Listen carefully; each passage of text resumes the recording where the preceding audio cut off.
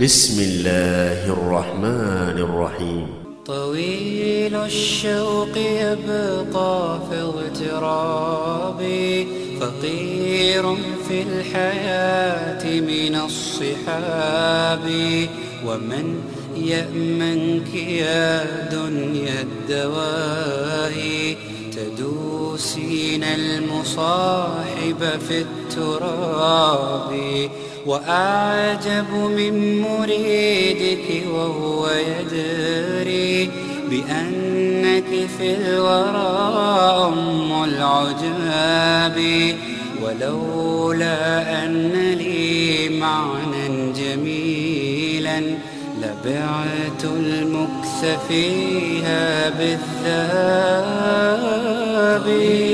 الشوق يبقى في اغترابي فقير في الحياة من الصحاب ومن يأمنك يا دنيا الدوائي تدوسين المصاحب في التراب وأعجب من مريد.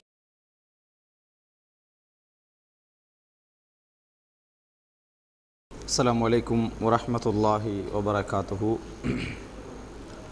إن الحمد لله نحمده ونستعينه ونستغفره ونعوذ بالله من شرور أنفسنا ومن سيئات أعمالنا من يهده الله فلا مضل له ومن يضلله فلا هادي له وأشهد أن لا إله إلا الله وحده لا شريك له وأشهد أن محمدا عبده ورسوله فإن أصدق الحديث كتاب الله وخير الهدي هدي محمد صلى الله عليه وسلم وشر الأمور محدثاتها وكل محدثة بدعة وكل بدعة ضلالة وكل ضلالة في النار وبعد.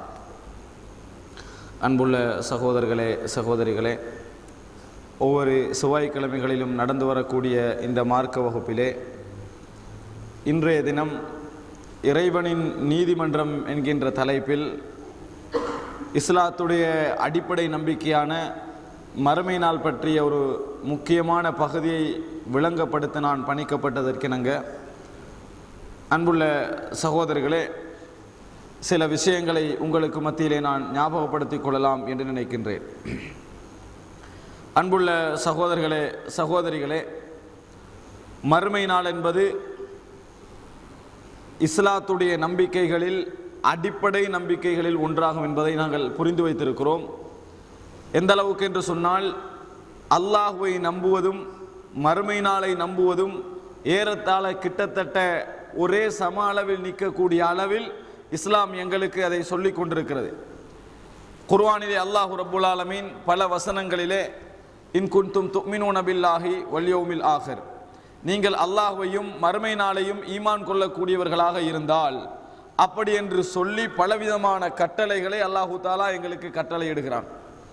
அதுபோன்று ரசூலுல்லாஹி ஸல்லல்லாஹு அலைஹி வஸல்லம் அவர்கள் மன்கான யுமினு பில்லாஹி வல் யௌமில் ஆகிர், யார் அல்லாஹ்வையும் மறுமை நாளையும் ஈமான் கொள்கிறாரோ அப்படி என்று சொல்லி பல கட்டளைகளை ரசூலுல்லாஹி ஸல்லல்லாஹு அலைஹி வஸல்லம் அவர்கள் எங்களுக்கு சொல்லுவதை பார்க்கிறோம். இதில் இருந்து அல்லாஹ்வை நம்புதலும் மறுமை நாளை நம்புதலும் பல இடங்களில் ஒன்று சேர்த்து சொல்லப்பட்டதிலிருந்து இந்த இரண்டு நம்பிக்கையும், ஒருவர் அல்லாஹ்வை நம்புகிறேன் நான் மறுமை நாளை நம்ப மாட்டேன் என்று சொன்னால் அவர் அல்லாஹ்வை நம்பவில்லை என்பதுதான் அர்த்தம். மறுமை நாளை நம்புகிறேன், அங்கே அல்லாஹ் என்ற ஒருவன் இருக்க மாட்டான் என்று நம்பினாலும் அவர் மறுமை நாளை சரியாக நம்பவில்லை என்பதுதான் அர்த்தம் என்பதனால் இந்த இரண்டு நம்பிக்கையும் அடிக்கடி குர்ஆனிலும் ஹதீஸிலும் ஒன்று சேர்த்து சொல்லப்படுவதை நாங்கள் பார்க்கிறோம். அன்புள்ள சகோதரர்களே, எனவே இஸ்லாத்துடைய மிக முக்கியமான நம்பிக்கைகளில் மறுமை நாள் ஒன்று. அல்லாஹ் ரப்புல் ஆலமீன் குர்ஆனிலே பல இடங்களில் அல்லாஹ்வை மறுக்கின்றவர்களுக்கு மறுமை நாளை நம்பவில்லையா என்று கேட்டிருக்கிறான். மறுமை நாளை மறுக்கின்றவர்களுக்கு அல்லாஹ்வை நம்பவில்லையா என்று என்ன குர்ஆனிலே பல இடங்களில் அல்லாஹு தஆலா கேள்வியாக வைத்திருக்கிறான். இதுவும் அல்லாஹ்வை நம்புகின்ற ஒரு மனிதன், படைப்பாளனை நம்புகின்றவன், படைப்பாளன் எம்மை ஒரு நாளில் எழுப்புவான் என்பதை நம்ப வேண்டும் என்பதை தெளிவாக எங்களுக்கு சொல்லிக் கொண்டிருக்கிறது. ஏன் இந்த சிறிய, அதாவது இந்த சுருக்கமான ஒரு விடயத்தை நான் அழுத்தி சொல்கிறேன் என்று சொன்னால், இன்று கடவுளை நம்பக்கூடிய, இறைவனை நம்பக்கூடிய எத்தனையோ மதங்கள் மறுமை நாளை போதிப்பது இல்லை. இறைவனை நம்பக்கூடிய எத்தனையோ மதங்கள் மறுமை நாளை போதிப்பதில்லை. உதாரணமாக இந்துக்களை எடுத்துக்கொண்டால் அவர்கள் மறுமை நாள் என்கின்ற ஒன்றை போதித்தாலும் அவர்களுடைய நம்பிக்கை எப்படி என்றால் இறைவன் இல்லாத ஒரு மறுமை நாள், இறைவன் இல்லாத ஒரு மறுமை நாளை அவர்கள் போதித்துக் கொண்டிருப்பதை நாங்கள் பார்க்கிறோம். அது என்ன இறைவன் இல்லாத மறுமை நாள் என்று சொன்னால், அதாவது இறந்தவர்களுக்கு விசாரணை என்கின்ற ஒன்று அவர்களிடத்தில் இல்லை. இறந்தவர்களுக்கு விசாரணை ஒன்றை இறைவன் வைப்பான். அதில் நல்லவர்களுக்கு நல்லதும் கெட்டவர்களுக்கு கெட்டதும் என்கின்ற மாதிரியான நிலைப்பாடுகள் அவர்களிடத்திலே இல்லை. அவர்களிடத்தில் இருப்பதெல்லாம் இன்னொரு பிறப்பு, இன்னொரு ஜென்மம்.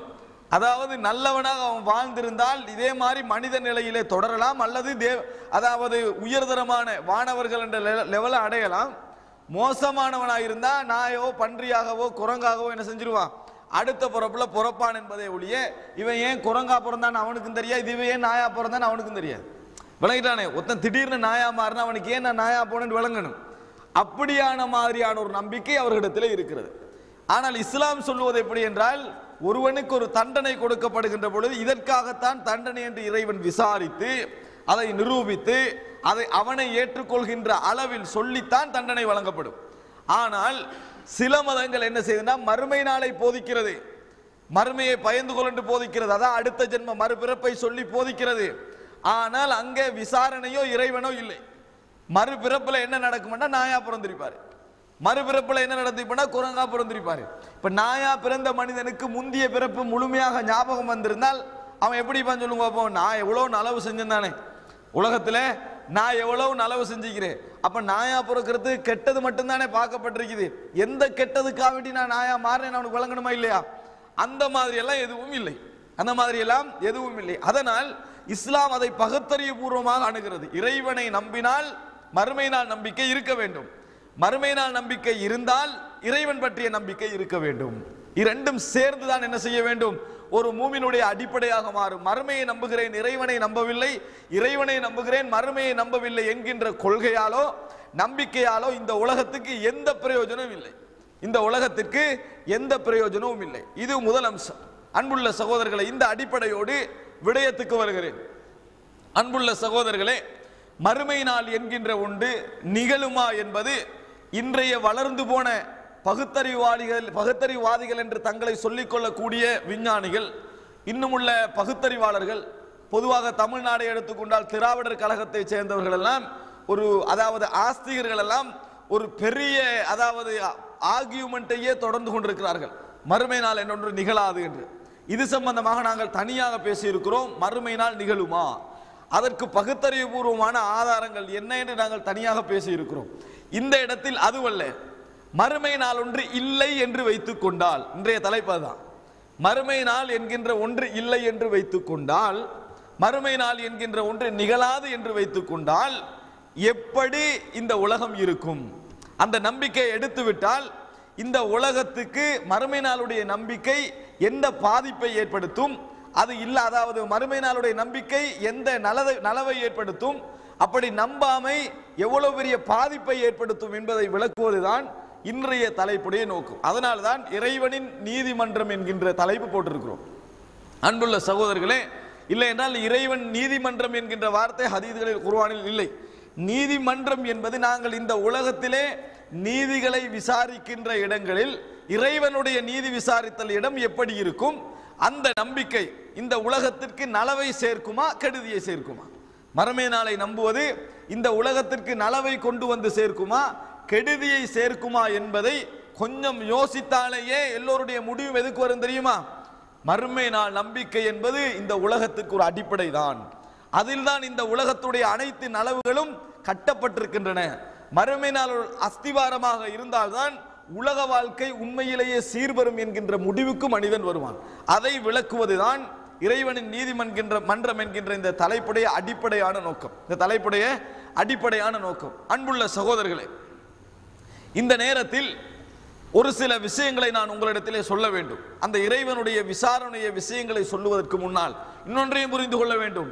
இந்த தலைப்புடைய நோக்கம் இறைவன் எப்படி அணுவாக விசாரிப்பான் என்பது அல்ல, அது சம்பந்தமாகவும் பேசியிருக்கிறோம். முக்கியமான நோக்கம் மறுமை என்பது இந்த உலகத்திற்கு நலவை கொண்டு வந்து சேர்க்கும், அதே போன்று இந்த உலகத்துக்கு மறுமையா நம்பாமை இந்த உலகத்திற்கு பாதிப்பை கொண்டு வந்து சேர்க்கும் என்பதை சுருக்கமாக விளங்கப்படுத்துவதுதான்.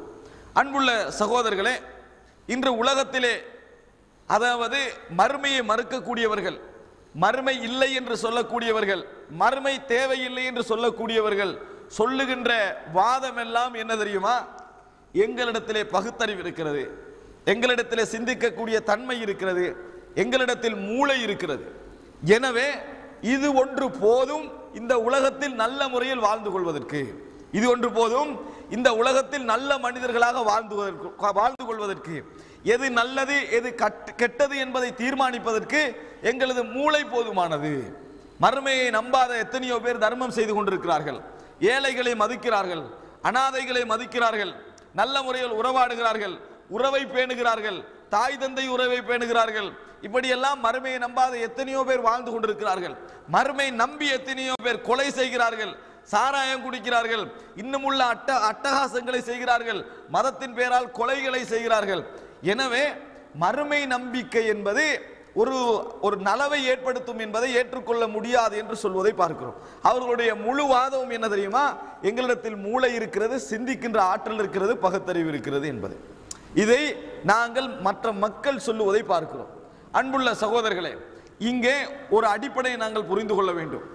அல்லாஹ் ரப்புல் ஆலமீன் என்னதான் ஒரு மனிதனுக்கு பகுத்தறிவை வழங்கி இருந்தாலும், ஒரு மனிதனுக்கு என்னதான் பகுத்தறிவை வழங்கி இருந்தாலும், அறிவை யோசிக்கக்கூடிய தன்மையை மனிதனுக்கு அல்லாஹ் ரப்புல் ஆலமீன் முழுமையாக வழங்கி இருந்தாலும் கூட எது நலவு எது கெடுதி என்பதை மனிதனால் ஒரு நாளும் முழுமையாக தீர்மானித்து விட முடியாது.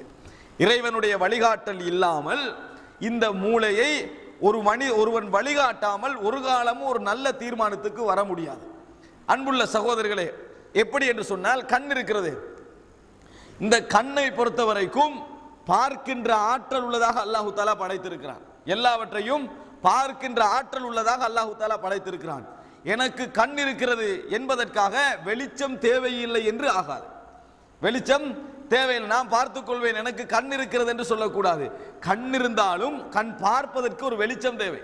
வெளிச்சம் இருந்தால் தான் உள்ளதை உள்ளபடி பார்க்கலாம்.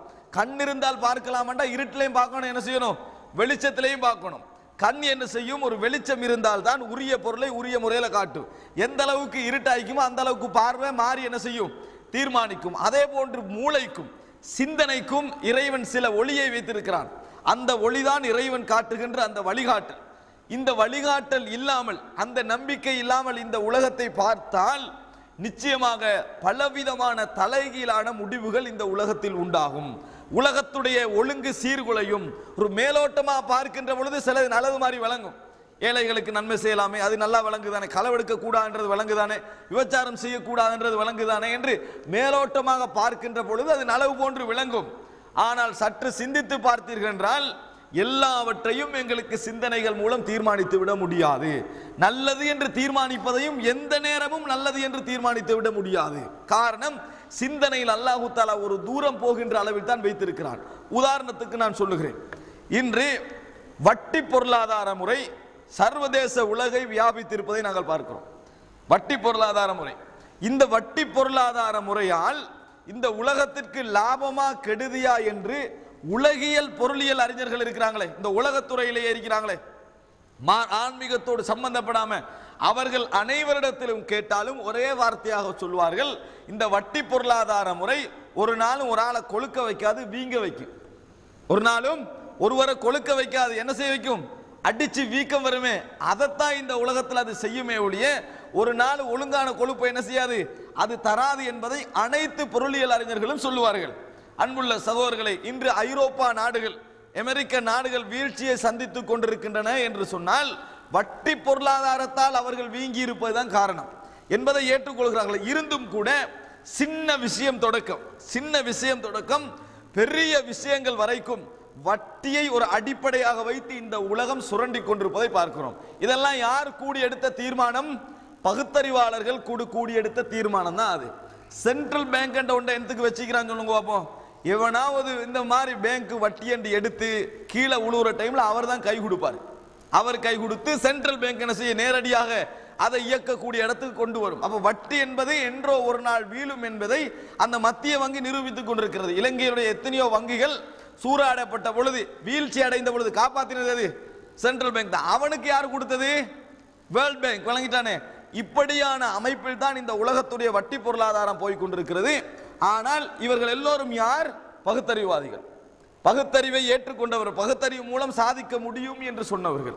அன்புள்ள சகோதரர்களே, மூளை இல்லை, மூளை இருந்தாலும் சரியான விஷயங்களை தீர்மானிக்க முடியாததுக்கு ஒரு விஷயம் சொல்ற பாருங்க. அழகு ராணி போட்டி. உலகத்தில் முஸ்லிம் நாடுகள், மார்க்கப்பட்டுள்ள முஸ்லிம் நாடுகளை தவிர மற்ற எல்லா நாட்டிலையும் என்ன போட்டி நடக்குது? அழகு ராணி போட்டி நடக்குது. இது நீங்க நல்லா யோசிச்சு பாருங்க. மூளை உள்ளவன் செய்யற வேலையாண்டது. மூளை உள்ளவன் இந்த அழகு ராணி போட்டியில் பாருங்க, படிச்ச அதுல கலாநிதி பட்ட, அழகுத்துறையில கலாநிதி பட்ட முடிச்சவங்க தான் அந்த போலிக்கு நிக்கிறது. பேனையெல்லாம் எடுத்துட்டு மார்க்ஸ் போடுறதுக்கு முதலாவது நிபந்தனை என்ன தெரியுமா? அழகு ராணி போட்டியில அதை நினைச்சாலே மூளை என்ன செய்யும்? அட இப்படியான ஒரு பகுத்தறிவு, இது ஒரு மூளை உள்ள மனிதன் யோசிக்கிறான்னு யோசிப்பீங்க. ஒரு நாடு செஞ்சா அதை குற்றமா சொல்லலாது. உலக நாடுகளே செய்து, முஸ்லிம் நாடுகளை தவிர மற்ற உலக நாடுகள் எல்லாமே என்ன செய்து, இப்ப சர்வதேசமா தான் அழகுராணி போட்டி இருந்துச்சு. இப்ப தேசியம், ஏரியா, ஸ்கூலுக்குள்ள வந்துச்சு அழகுராணி போட்டி. வழங்கிட்டானே. அந்த அளவுக்கு மடத்தனமான ஒரு சிந்தனை சர்வதேச உலகத்தில் ஒரு முக்கிய இடத்தை பிடித்திருக்கிறது. என்ன தெரியுமா? முதல் நிபந்தனை 2 ஆடைகளோட வரணும். அதான் முதல் நிபந்தனை. ஃபர்ஸ்ட் நிபந்தனை கண்டிஷன் வந்து அழகெல்லாம் காட்டுறதுக்கு முன்னால 2 குறிப்பிட்ட அந்த ஷார்ட் ஆடையோட என்ன செய்யணும்?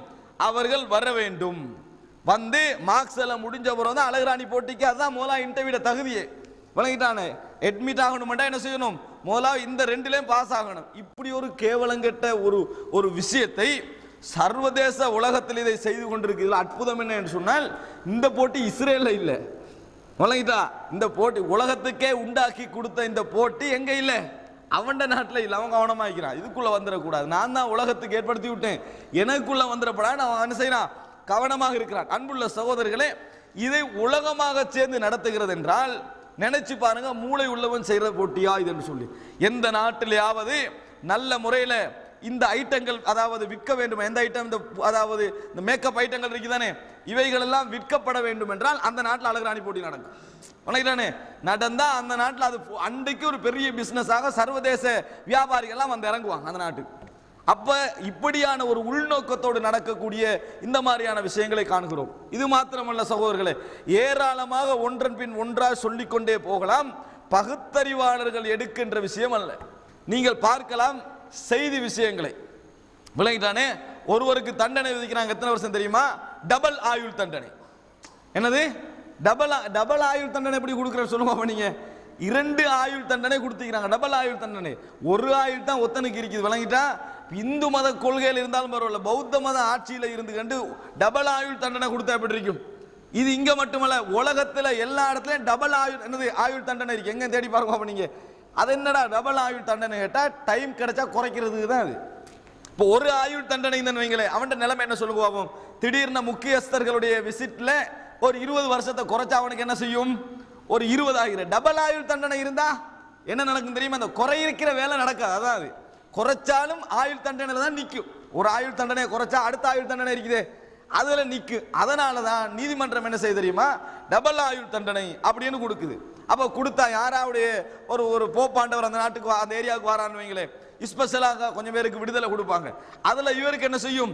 ஒரு ஆயுள் தண்டனை குறைஞ்சிரும். அப்பயும் ஒரு ஆயுள் தண்டனையில தான் இருப்பாரு. இப்படி ஒரு தண்டனை தேவையான இருக்கிறேன். இது உலக ரீதியாக இந்த நடைமுறை இருக்கிறது. உலக ரீதியாக இந்த ஒரு மூலகட்ட நடைமுறை உலக ரீதியாகவே இருப்பதை நீங்கள் பார்க்கிறோம். இன்னொன்று பாருங்க, நான் சின்ன சின்ன விஷயங்களை சொல்றேன். மேஜரான எத்தனையோ விஷயங்கள் இருக்குது. ஆனாலும் சிறியதாக நான் எடுத்துட்டு போறதுக்கு காரணம், சிம்பிளாக பார்த்தாலே மூளை உள்ள ஏன் எங்களுக்கு நல்லா விளங்கு சொல்லுங்க பாப்போம். நாங்க அந்த பிரச்சனையோட சம்பந்தம் இல்லை, ரெண்டாவது மார்க்கத்தோட நிக்கிறதுனால விளங்குது. இல்லை என்றால் நாங்களும் இந்த மார்க்கம் இல்லாத ஒரு கலாச்சார மோகத்தில் வளர்ந்திருந்தால் அதை பிழை காணக்கூடிய நிலையில் நாங்கள் இருக்க மாட்டோம். இன்றைக்கு எய்ட்ஸ் ஒழிப்பு தினம் என்றது ஒரு சர்வதேச தினம், அப்படித்தானே?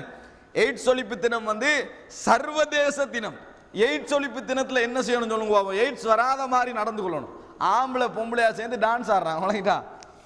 எய்ட்ஸ் ஒழிப்பு தினத்தில் ஆண் பெண்ணா சேர்ந்து டான்ஸ் ஆடி அதுகளை நோட்டீஸுகளை பங்கிட்டு ஃபுல் ஹெப்பி ஆகிக்கிறாங்கன்னா என்னன்னு கேட்டால் எய்ட்ஸை ஒழிக்கிறாங்களா? எய்ட்ஸ் வருமா ஒழியுமா? அது விளங்கிட்டான். அந்த நாளில் எய்ட்ஸ் வர மாதிரி வேற நாளில் வராது. அந்த எய்ட்ஸ் ஒழிக்கிற தினத்தில் எய்ட்ஸ் வளர்ற மாதிரி வேற நாளில் வராத அளவில் எய்ட்ஸ் ஒழிப்பு தினத்தில் பார்த்தீங்கன்னா டான்ஸ் போகுது, பேட்டி போகுது, அந்த மாதிரி ஃபுல் ஃப்ரீடம். என்னன்னா எய்ட்ஸை ஒழிக்கிறாங்க. அன்புள்ள சகோதரர்களே, அப்போ நல்லா சிந்திச்சு பாருங்க, மூளை இல்லாத வேலையா இல்லையா நினைச்சு பார்த்தா நல்லா விளங்கு. ஆனா எங்களுக்கு எதிர்க்க பயமாக்கேன்னு சொல்லுவோம். எய்ட்ஸ் ஒழிப்பு தினத்தையும் நிறைய பேருக்கு எதிர்க்க பயம். ஒரு ஆள் எதிர்த்தா தான் பின்னால் எதிர்ப்பாங்களே ஒழிய எய்ட்ஸ் ஒழிப்பு தினத்தை நம்ம எதிர்த்தா மூளை இல்லாதவன்னு சொல்லிடுவாங்களோன்றதுக்கான எதிர்க்காம வைப்பாங்க. கைகளும் தினம்னு ஒரு தினம் வச்சுக்கிறான், சர்வதேச தினம். ஸ்கூல்ல எல்லாம் அதை கொண்டாடுவாங்க. என்னத்துறா கை கழுவுற தினம்? எதை கழுவுற முக்கியம் சொல்லுவாங்க, மலசலம் கழுவுறதான் முதல் முக்கியம். அப்ப அதானே முதல் தினம் ஆகிக்கணும். அதை விட்டு போட்டு கை கழுவுற தினம் என்று ஸ்கூல்ல எல்லாம் அதை கொண்டாடுறான், கை கழுவின் தினம். ஏன்னா அதனாலதான் கிருமிகள் கூட வருதுதான். அதனால இந்த அதாவது இந்த கை கழுவுகின்ற தினத்தை அறிமுகப்படுத்தி அது ஒரு பெரிய விஷயமாக வைத்து நடைமுறைப்படுத்திக் கொண்டிருப்பதை பார்க்கிறோம். இந்த எய்ட்ஸ் ஒழிப்பு தினத்தை குறிப்பா சொல்லணும் காரணம், எய்ட்ஸ் என்பது ஒரு அது என்னது, அது சாதாரண ஒரு அம்சமா? எய்ட்ஸ் ஒழிப்பு தினம் என்கின்ற அம்சத்தை எப்படியெல்லாம் நம்ம யோசிக்கணும். எய்ட்ஸ் மனிதருக்கு வரக்கூடாது, அது பெரிய ஒரு திட்டம். 50 வருஷம் ஒரு நாள்ல திட்டம் போட்டு ஒழிச்சிடலாமா? அது இயலாது. அப்படி ஒரு திட்டத்தை என்ன செய்யறாங்க, அடிச்சுட்டு போற. இந்த டைம்ல ஒரு விஷயம் சொல்லிக்கணும். ஒரு SMS ஒன்று பரவிட்டு இருக்குது. என்ன SMS தெரியுமா? NDTVல செய்தி ஒன்று போச்சாமண்டு பெப்சியில பண்டியுடைய ட்ராப்ஸ் எல்லாம் என்ன செஞ்சுக்குது, கலந்துக்குது. கொஞ்சம் காலத்துக்கு குடிக்க வேணான்னு சொல்லி பெப்சி குடிக்க வேணாமா இல்லையாம. ரெண்டாவது இந்த ட்ராப்ஸ் கொஞ்சம் பேருக்கு எப்படியாவது இந்த பெப்சியை குடிக்காம ஆகணும்ன்ற விஷயத்துல எப்படி சொன்னாலும் குடுக்காமிக்கிறாங்கிறதுக்காக வேண்டி பண்டி விஷயத்தை என்ன செஞ்சு விட்டாங்க, கலந்து விட்டாங்க. அப்ப என்ன செய்வான், விரும்பியோ விரும்பாமலோ கொஞ்சம் காலத்துக்கு குடிக்காமிக்காண்டு ஒரு SMS என்ன செய்யுது வரும். உங்களுக்கு 4 நாடுகள்லாம் வருமாக்கும். நிறைய பேர் NDTV பேர்ல என்ன செய்யுது, ஒரு SMS பரவிக்கின்றிருக்கிறது. இந்த இடையில நான் ஞாபகப்படுத்திக்கணும். அன்புள்ள சகோதரர்களே, அப்ப அடிப்படையாக நாங்கள் விளங்கிக் கொள்ள வேண்டிய விஷயம், இந்த சமுதாயம் உண்மையிலேயே மூளையால் எல்லா விஷயத்தையும் தீர்மானிக்க முடியும், மறுமை நம்பிக்கை தேவையில்லை என்று நீங்கள் பார்ப்பீர்கள் என்று சொன்னால் ஒரு பட்டியல் எடுங்க, ஒரு பேனை எடுத்து ஒரு பட்டியல் எடுங்க. சர்வதேச உலகமாக சேர்ந்து செய்கின்ற தீர்மானங்களை கையில் எடுத்து பாருங்க. நீங்க எடுத்து பார்த்தா உங்களுக்கு விளங்கும், மடத்தனமான மூளையற்ற 1000 விஷயங்களை இந்த உலகம் செய்து கொண்டிருக்கிறது. ஆனா அவங்க எல்லாம் பகுத்தறிவாளர்கள் என்று தங்களை அறிமுகப்படுத்தி கொண்டவர்கள், பகுத்தறிவாளர்கள் என்று தங்களை அறிமுகப்படுத்தி கொண்டவர்கள். ஏன்னா மனிதனுக்கு அந்த வரையறை இல்லாம யோசிக்கின்ற நேரத்தில் அப்படித்தான் போகும். அந்த வரையறை இல்லாமல் யோசிக்கின்ற நேரத்தில் மனித சிந்தனை என்ன செய்யும், அப்படித்தான் போகும். பாருங்க, மனித உரிமை, மறுமை நம்பிக்கை உள்ளவன் மனித உரிமையை பார்க்கிறதும் மறுமை நம்பிக்கை இல்லாதவன் அந்த அதாவது மனித உரிமையை பார்க்கிறவன் வித்தியாசம். மனித உரிமை என்ற பெயரில் ஐரோப்பிய நாடுகள், அமெரிக்க நாடுகள் என்ன செய்ய சொல்லுங்க, மொத்தம் முழுமையா நிர்வாணமா நடு ரோட்ல நின்றாலும் ஹியூமன் ரைட்ஸ், என்னது மனித உரிமை. இப்ப நீங்க சொல்லுங்க, மூளை உள்ளவன் இதை அங்கீகரிக்கலாமான்னு கேட்டா அவன் மூளை சொல்லுது அங்கீகரிச்சா தான் மனித உரிமை என்று சொல்லி, அங்கீகரிச்சா தான் மனித உரிமை, அது அவன் ரைட்ஸ் வணங்கிட்டா என்று சொல்லுகின்ற அளவில் இருக்குதுன்னு சொன்னா நீங்க நல்லா யோசிச்சு பாருங்க பாபம். அடே, மனிதனை பொறுத்த வரைக்கும் அப்படி இருக்கக்கூடாது. ஆனால் அந்த நாட்டின் உரிமைகள் என்னது, மனித உரிமை என்ற பெயரில் நிர்வாணமாக வந்தாலும் அது தவறு இல்லை. ஏன்னா மனித உரிமை அவரோட ரைட் வணங்கிட்டானே, அவருடைய ரைட்டா. அதனால ஒரு தாய் ஒரு தந்தை கண்டிப்பதற்காக 6 வயசு பிள்ளைக்கு அடிக்கிறாரு. அடுத்த வீட்டுல இருந்து போய் என்ன செய்யறாங்க, கவர்மெண்ட்ல முறையிட்டால் மனித உரிமை மீறல். என்னது, அதாவது சின்ன பிள்ளைகளை அபியூஸ் பண்ணிட்டார் என்று சொல்லி கொண்டு போய் என்ன செய்யறது, அவரை விசாரணை அல்லது ஜெயிலில் தண்டனை என்ற அளவுக்கு கொண்டு போடுறாங்க. அப்ப அன்புள்ள சகோதரர்களே, நீங்க நினைத்து பாருங்கள், மூளை உள்ளவர்களால் எல்லாவற்றையும் சாதிக்க முடியும் என்றால் இவைகளை சாதித்திருப்பார்கள், இதிலெல்லாம் ஒரு முறையான முடிவுக்கு வந்திருப்பார்கள். ஆனால் வர முடியாமல் இருப்பதற்கு காரணம் வெறும் மூளையால் மாத்திரம் இந்த உலகத்துடைய எல்லா பகுதிகளையும் சரி செய்து கொள்ள முடியாது. ஆடு மாடும் தங்களுக்கு ஒரு நலவு கெடுதி விஷயங்கள்ல சில முடிவுக்கு வந்துருது வணங்கிட்டானே, அது மாதிரி ஒரு சில விஷயங்களில் வேண்டுமென்றால் மனித சமூகம் ஒரு முடிவுக்கு வரலாமே ஒழிய ஒட்டுமொத்தமாக எல்லாவற்றுக்கும் சரியான தீர்வு காண வேண்டும் என்றால் மறுமை நம்பிக்கை அடிப்படையாக கொண்டு ஒரு வழிகாட்டல் முக்கியம், நிச்சயம். அது இல்லாது விட்டால் ஒரு காலம் என்ன செய்யாது, அது சாத்தியப்படாது என்பதை நாங்கள் முடிவெடுத்துக் கொள்ள வேண்டும். இது முதல் அம்சம். அப்படியே வைத்துக் கொண்டாலும் சகோதரர்களே, சரிகாணுகின்ற விஷயங்கள் இருக்குதே, மனிதனுக்கு சரிகாண முடிந்த விஷயங்கள், அந்த விஷயங்களில் கூட மனிதன் உறுதியாக இருப்பான் என்று சொல்ல முடியாது. எப்படி, களவெடுத்தல் கூடாது, விபச்சாரம் கூடாது, இந்த மாதிரியான விஷயங்கள் இருக்கின்றனவே, இவைகளில் கூட மனிதன் சரி கண்டாலும் கூட உறுதியாக இருப்பான் என்று சொல்ல முடியாது. இன்றைக்கு எத்தனையோ பேருக்கு அதெல்லாம் தெரியும். மதத்துக்கு வெளியே உள்ள மறுமை நம்பிக்கையற்ற எத்தனையோ பேருக்கு அதெல்லாம் தெரியும். என்னது, நான் களவெடுக்க கூடாது, விபச்சாரம் செய்யக்கூடாது, கொள்ளையடிக்க கூடாது, மற்றவோட உரிமையை பறிக்க கூடாது, இதெல்லாம் தெரியும். இருந்தாலும் தெரிந்தவர்கள் எல்லாம் அதில் உறுதியாக இருக்கிறார்களா என்று பார்த்தால் அதுவும் இல்லை. எனவே வெறும் மூளையால் மாத்திரமல்ல, மனிதனுக்கு ஆசை என்கின்ற ஒரு குணநலத்தை அல்லாஹ் தஆலா படைத்திருக்கிறான். அது என்ன செய்யும் தெரியுமா? அறிவை மிகைக்கும். அறிவை என்ன செய்யும்? மிகைத்துட்டு போகும். ஆசை என்கின்ற அல்லாஹ் படைச்சிக்கிறானே, அது என்ன செய்யும்? இது சரி ஆனா செய்வேன், இது பிழை ஆனா என்னது நான் செய்வேன், இது சரி ஆனா செய்ய மாட்டேன் என்கின்ற இடத்துக்கு எது கொண்டு போகும்? ஆசை கொண்டு போய் விடும். அவனுக்கு நல்லா விளங்கு இந்த பொருளை நான் எடுக்க கூடாது, அவன் சொத்து அறிவு தீர்மானிக்குது. இந்த அறிவுக்கு மறுமை நாள் தேவையில்லைண்டா அது சரி வராது. ஏன் சொல்லுங்க பாப்போம்? அறிவு இருந்தாலும் ஆசை எடுக்க சொல்லும். ஆசை என்ன செய்யும்? எடுக்க சொல்லும், சுரண்ட சொல்லும், விபச்சாரத்தில் ஈடுபடுத்தும், கற்பழிப்பில் ஈடுபடுத்தும், கொள்ளையில் ஈடுபடுத்தும், மதுபானத்தில் ஈடுபடுத்தும், எதெல்லாம் மோசடிகள் அதில் ஈடுபடுத்தும். அறிவு இருந்தாலும் ஆசை என்ன செய்யும்? அதை மிகைக்கும். இதுக்கு அவங்கள்ட்ட ஒரு பதில் இருக்குது. அவங்கள்ட்ட என்ன பதில் இருக்கு தெரியுமா? அதுக்கு தான் சட்டம் வச்சுக்கிறோமே, அதுக்கு தான் சட்டம் வைத்திருக்கிறோமே. இந்த இடம் தான் எங்களோட டொபிக்கோட மெயினாக சம்பந்தப்படுற இடம். அதுக்கு தான் நாங்கள் சட்டம் வைத்திருக்கிறோம். என்ன சட்டம்? களவெடுத்தா இந்த சட்டம், கொள்ளையடிச்சா இந்த சட்டம், விபச்சாரத்துக்கு இந்த சட்டம், விளங்கிட்டானே. இப்படி என்ன சட்டம் வைத்திருக்கிறார்கள் என்று சொல்கிறார்கள். அன்புள்ள சகோதரர்களே, சட்டம் என்ற அடிப்படையில் பார்த்தாலும் சட்டங்களில் பரிபூர்ணமான சட்டங்களை சொல்வது இஸ்லாம் மட்டும்தான். ஆனால் இஸ்லாம் கூட சொல்லவில்லை அந்த சட்டங்களால் இந்த உலகத்தில் முழுமையாக தீமைகளை ஒழித்து விடலாம் என்று சொல்லவில்லை. இஸ்லாம் கூட அந்த சட்டங்களால் இந்த உலகத்தில் தீமைகளை முழுமையாக ஒழித்து விடலாம் என்று சொல்லவில்லை. அந்த தீமைகளை கண்ட்ரோலுக்குள்ள கொண்டுறலாம், ஒரு அளவுல கட்டுப்படுத்தலாமே ஒழிய முழுமையான பதில் எங்க இருக்கும்? மறுமை நாளில். ரசூலுல்லாஹி ஸல்லல்லாஹு அலைஹி வஸல்லம் சொன்னாங்க, எங்கள்கிட்ட நீங்க 2 பேர் வந்து ஒரு விஷயத்துக்காக விவாதிக்கிறீர்கள், ஒரு உரிமை சம்பந்தமாக விசாரிக்கிறீர்கள், அதுல உங்கள ஒருவரை விட பேசக்கூடிய ஆற்றலில் இருக்கலாம், ஒருவரை விட இன்னொருவர் பேசக்கூடிய ஆற்றலில் இருக்கலாம். அவருடைய பேச்சாற்றலால் அவர் ஒன்றை சரிகண்ட பின்னால் எனக்கு அது சரி என்று தோன்றியதால் நான் அவருக்கு சார்பாக தீர்ப்பு வழங்கினால் அவர் நினைத்து கொள்ளட்டும், புரிந்து கொள்ளட்டும், அவர் ஒரு நரக நெருப்பையே சுமந்து கொண்டு செல்கிறார். இது தற்காலிகமான தீர்ப்பு தான். சரியான தீர்ப்பு யார் தருவான்? அல்லாஹ் ரப்புல் ஆலமீன் தருவான். எனவே பேச்சு திறமைகளை வைத்து உரிமைகளில் அநியாயம் செய்து விட வேண்டாம் என்று ரசூல் ஸல்லல்லாஹு அலைஹி வஸல்லம் சொல்றாங்க. அப்ப அர்த்தம் என்ன சொல்லுங்க பாப்போம்? சட்டங்களை இஸ்லாம் எங்களுக்கு சொன்னதும் முழுமையாக தீமைகளை அடியோடு இந்த உலகத்தை விட்டு அழித்து விடலாம் என்பதற்கல்ல, ஒரு கண்ட்ரோலுக்கு, ஒரு முறைக்கு என்ன செய்யலாம், கொண்டு வரலாம் என்பதற்கு மட்டும்தான். இப்ப அன்புள்ள சகோதரர்களே, அவர்கள் அறிவை சொன்னார்கள். அறிவு மட்டும் போதாது என்று நான் விளங்கப்படுத்தினேன். 2வது, அறிவு சரி காண்கின்ற விஷயத்தை கூட ஆசை என்ன செய்யும் சொல்லுங்க பாப்போம்? மிகைத்து விடும். ஆசை மிகைத்து விடும். அதுக்கு அவர்கள் என்ன சொல்கிறார்கள்? அப்படி அளவுக்கு மிஞ்சி மற்றவர்களுடைய உரிமையில ஆசையின் காரணமாக கை வைக்கின்றவர்களுக்கு நாங்கள் சட்டங்கள் வைத்திருக்கிறோம். அன்புள்ள சகோதரர்களே, இதுதான் மிகவும் நகைப்புக்குரிய விஷயம்.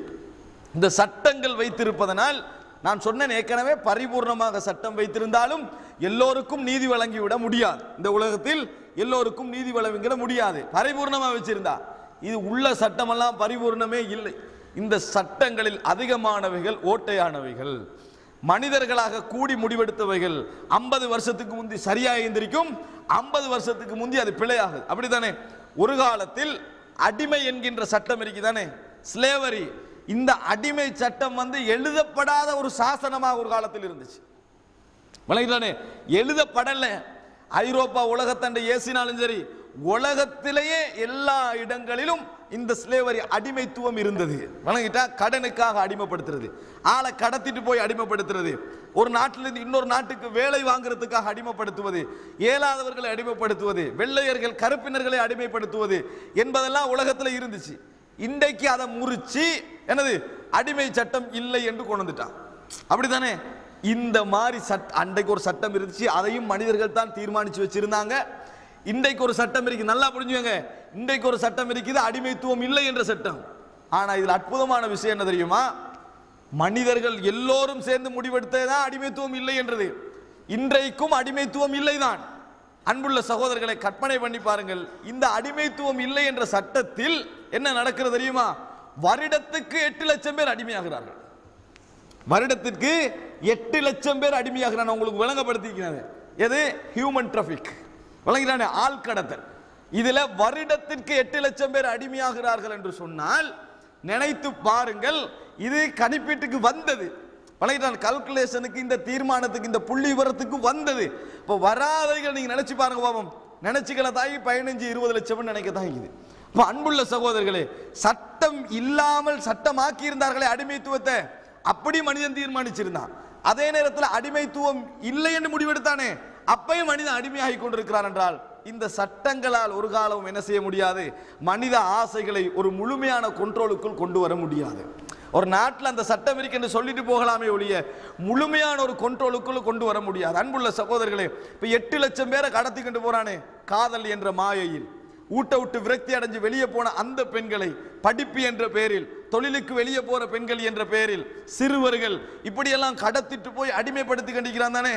அவனெல்லாம் எப்படி இதை செய்றீங்க நீங்க நினைக்கிறீங்க? அவன் தானா மட்டும் செய்யறான்னு நினைக்கிறீங்க? இல்லை, அவனுக்கு அந்த நாட்டுடைய வைத்தியர்களோடு தொடர்பு உண்டு, அந்த நாட்டுடைய நீதிபதிகளோடு தொடர்பு உண்டு, அவனுக்கு அந்த நாட்டுடைய அரசாங்கத்தோடு தொடர்பு உண்டு, அந்த நாட்டுடைய செல்வந்தர்களோடு தொடர்பு உண்டு. இல்லாமல் இந்த ஹியூமன் டிராபிக் என்கின்ற அம்சம் நடக்கவே முடியாது.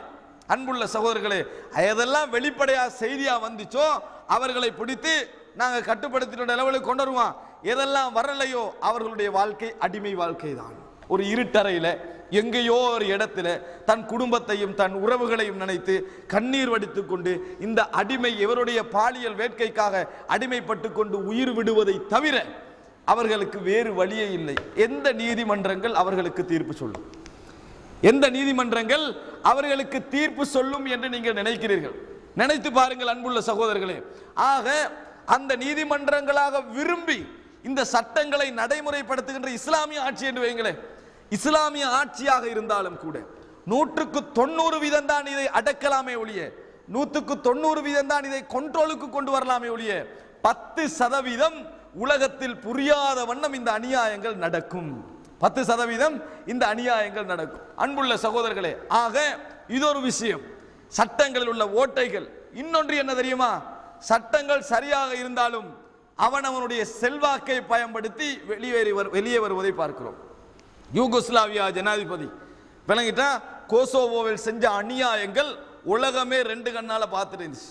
உலகமே 2 கண்ணால பார்த்துட்டு இருந்துச்சு. அவ்வளவு அநியாயங்கள் பொஸ்னியாவில் அப்படி என்ற அத்தனை அநியாயங்களுக்கு பின்னாலையும் இந்த சலபெடோ மிலோசெவிக் என்று சொல்ற அவனை கைது செஞ்சு போய் சர்வதேச சிறைக்கூடம் என்றதுல ஒன்று வச்சான். சர்வதேச சிறைக்கூடமாவே அவன் வசதியா வாழ்கின்றதுக்கு ஒரு இடத்தை வச்சு அங்கதான் அவன் இறந்து போனான். அதே மாதிரி பெரிய அவண்ட நாட்டு மக்களுக்கு மட்டும்தான் அநியாயம் செஞ்ச சதாம் ஹுசைனை சர்வதேச சட்டமன்ற பேர்ல என்ன செஞ்சான் தெரியுமா? ஈரான்ல, அதாவது ஈரான்ல எந்த ஷியாக்களுடைய ஆதிக்கம் கூட இருக்குதோ அந்த ஈராக்கு கொடுத்து, என்ன ஷியாக்களுடைய தொடர்பு அவருக்கு சிறுபான்மையா இருந்த அவர்கள்ட்ட கையில கொடுத்து முஸ்லிம்களுடைய ஹஜ் பெருநாள் தினத்தில் மரண தண்டனை கொடுக்க வச்சான். ஏன்னா அவர்களுக்கு அது புனிதமான நாள் அல்ல. ஷியாக்களை பொறுத்த வரைக்கும் முஹர்ரம் 10 தான் புனிதமான நாள். அப்ப சலபடோ மிலோசெவிக்கு ஒரு சட்டம், இவனுக்கு ஒரு சட்டம். அவ சர்வதேச உலகம். அப்ப என்ன தெரியுமா? என்னதான் சர்வதேச உலகமாக இருந்தாலும் ஐக்கிய நாடுகள் சபையாக இருந்தாலும் அவனவனுடைய மனோ இச்சை கேட்பாக தீர்ப்பு சொல்லுவான். பெரட்டி கண்டு போகும். 2 பேருக்கு அநீதியான தீர்ப்பு கிடைக்கும். விளங்கிட்டா? ஒரு 4 பேருக்கு நீதியான கிடைச்சாலும் 2 பேருக்கு உள்நோக்கத்தோடு அநீதியான தீர்ப்புகள் கிடைக்கும். அன்புள்ள சகோதரர்களே, நடந்து கொண்டிருக்கிறது, இந்த உலகத்தில் நடந்து கொண்டிருக்கிறது. சிறைச்சாலைக்கு செல்கிறார்கள், சிறைச்சாலையை கைது செய்யப்பட்டு செல்கிறார்கள். இந்த மாதிரி கைது செய்யப்பட்டு செல்கிறார்களே, இவர்களில் எவருக்கெல்லாம் பணம் இருக்கிறதோ, எவருக்கெல்லாம் வசதி இருக்கிறதோ அவர்கள் என்ன செய்யறாங்கன்னு சொன்னா, ஒரு குறிப்பிட்ட செல்வாக்குள்ளவங்க இன்ஃப்ளூயன்ஸ்ல என்ன செய்யறாங்க, பெரிய பெரிய குற்றத்தை செய்துவிட்டு இப்படி எனக்குள்ள வந்துடுறான், வெளியே வந்துடுறான். விளங்கிட்டானே? அதே நேரத்தில் சாதாரண குற்றங்களை செய்திருந்த பிச்சைக்காரர்கள் அல்லது சாதாரண கூலி தொழிலாளிகள், அவர்களுக்கு பேசுவதற்கு நபர்கள் இல்லை. விளங்கிட்டா? பேசுவதற்கு நபர்கள் இல்லை, செல்வாக்குக்கு வழி இல்லை என்பதனால் அவர்கள் குறிப்பிட்ட தினங்கள் ஒரு 14 நாளாவது உள்ளுக்கு என்ன செய்து நிற்க வேண்டிய நிலைமை ஏற்படுது. அன்புள்ள சகோதரர்களே, எதன் காரணமாக? நீதிபதி கொஞ்சம் சோம்பல் ஆய்ந்தார் சொன்ன, பிஸி ஆய்ந்தார் சொன்னால் இந்த தீர்ப்பு வழங்கப்படுகிறதை கண்ணூடாக நாங்கள் பார்க்கலாம். அவசர அவசரமா கேச முடிக்கணும் என்கின்ற அவசரங்கள் நிறைய இருப்பதை நீங்கள் காணுவீர்கள் ஒரு நீதிமன்றத்திலே. அந்த கொதிச்சு கண்டிக்கிறான் தானே உணர்வோட, அவனுக்குரிய நிலையை நீங்க காண மாட்டீங்க. அவனுடைய புள்ள, அவனுடைய குடும்பம், அவனுடைய மனைவியை நினைச்சு கொதிச்சு கண்டிக்கிறான் தானே, அவனுக்குரியது போன்று நீதிமன்றத்துடைய உணர்வை காண மாட்டீர்கள், காணவும் முடியாது. ஒரு மனிதனுடைய எல்லா மனிதர்களுடைய உணர்வையும் நீதிமன்றம் எடுக்க முடியாது. ஆனால் அட்லீஸ்ட் மனிதாபிமானமான உணர்வை எடுக்க முடியும். ஆனால் அந்த உணர்வை கூட நீங்கள் பல இடங்களில் காண மாட்டீர்கள். பல இடங்களில் காணாமல் அவசர அவசரமாக விஷயங்கள் முடியும். ஆக அன்புள்ள சகோதரர்களே, சட்டத்தை கையில் வைத்திருக்கிறோம். இந்த சட்டம் எங்களை கண்ட்ரோல் பண்ணும் என்றால் இன்று சர்வதேசத்தை ஒன்றோடொன்று பின்னி வைத்திருக்கிறார்கள். இப்படி பின்னப்பட்ட காலத்தில் கண்ட்ரோலாக இருக்கணுமா இல்லையா? இல்லை. பின்னப்பட்ட காலத்திலும் கண்ட்ரோலாக இல்லை. ஒரு நாடு இன்னொரு நாடை சுரண்டுகிறது, ஒரு நாடு இன்னொரு நாடு மீது படையெடுக்கிறது, அந்த நாட்டை அழிக்கிறது, சொத்துக்களை சூறையாடுகிறது, எல்லாம் திட்டமிட்டபடி நடந்து கொண்டிருக்கின்றன. அன்புள்ள சகோதரர்களே, ஆக ஒன்றை புரிந்து கொள்ள வேண்டும். ஆசைகளை கட்டுப்படுத்துவதற்கு சட்டம் இருக்கிறது என்று சொல்கிறார்களே, இந்த சட்டங்கள் ரெண்டு விஷயத்தை புரிந்து கொள்ள வேண்டும். சட்டங்களில் ஒன்று, இன்றைக்குள்ள சட்டங்கள் இருக்கின்றனவே, இவைகளால் ஒரு நாளும் நல்ல மாற்றங்களை ஏற்படுத்த முடியாது. நல்ல சட்டங்களை இஸ்லாம் சொல்கிறதே, அவைகளாலும் இஸ்லாம் ஒரு நாளும் 100% மாற்றத்தை இந்த உலகத்தில் எதிர்பார்க்கவில்லை. இந்த உலகத்தில் ஒரு கண்ட்ரோலில் வர வேண்டும் என்பதைத்தான் எதிர்பார்த்ததே ஒழிய 100% மாற்றத்தை எதிர்பார்க்கவில்லை. இந்த ரெண்டு விஷயத்தை நீங்கள் மனதிலே வைத்துக் கொள்ள வேண்டும். என்ன? அறிவு ஒரு காலமும் எங்களை இந்த உலகத்தில் முழுமையாக நேர்மையாக வாழ செய்யாது.